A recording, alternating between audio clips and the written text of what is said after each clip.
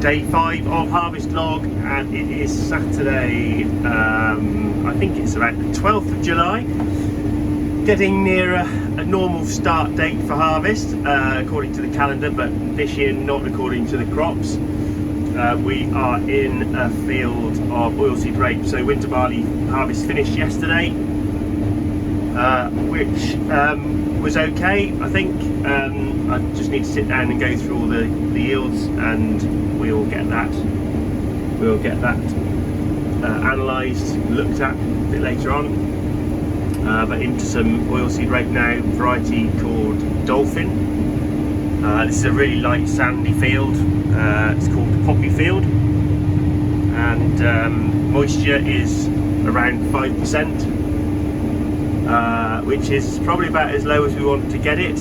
We can push the moisture up a little bit back at the store, so quite happy to carry on. It's about 30 degrees outside. We are chopping all of this straw, putting that organic matter back onto fields like this. It's quite valuable. I know you can bale off oilseed rape straw or haulm, but for us it's valuable nutritionally to feed our soil. It's feeding in really well. It's a lovely clean crop. This hasn't been desiccated. No pre-harvest glyphosate used on any of the crops this year. Haven't desiccated oilseed rape for 5 or 6 years, bar the odd patch where the pheasants or the pigeons just make it a little bit uneven for harvest. Cut one field of oilseed rape already, the one just the other side of those trees. Yield unexpectedly good, about 3.8 tonnes per hectare. Over the weighbridge, our rolling average is about 3.3. So